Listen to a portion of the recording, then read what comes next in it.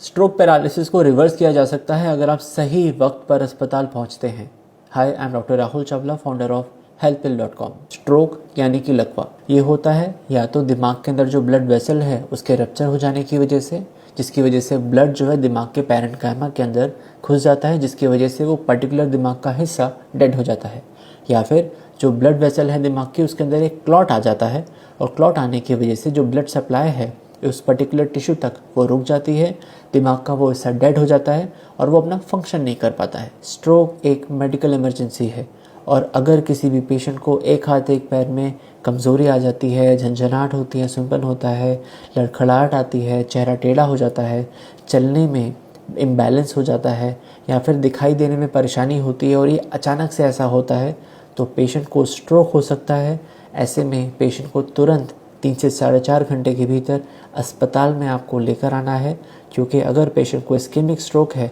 यानी कि blood vessel में क्लॉट जमा है तो हम एक क्लॉट डिसॉल्विंग मेडिकेशन पेशेंट को दे सकते हैं, जिससे कि दिमाग का जो ब्लड फ्लो है उसको रिस्टोर किया जा सके और दिमाग का जो हिस्सा जिसको डैमेज पहुंचा है उस डैमेज को ठीक किया जा सके। और ऐसा सिर्फ तभी हो सकता है जब आप सही वक्त पर पेशेंट को लेकर आएँ।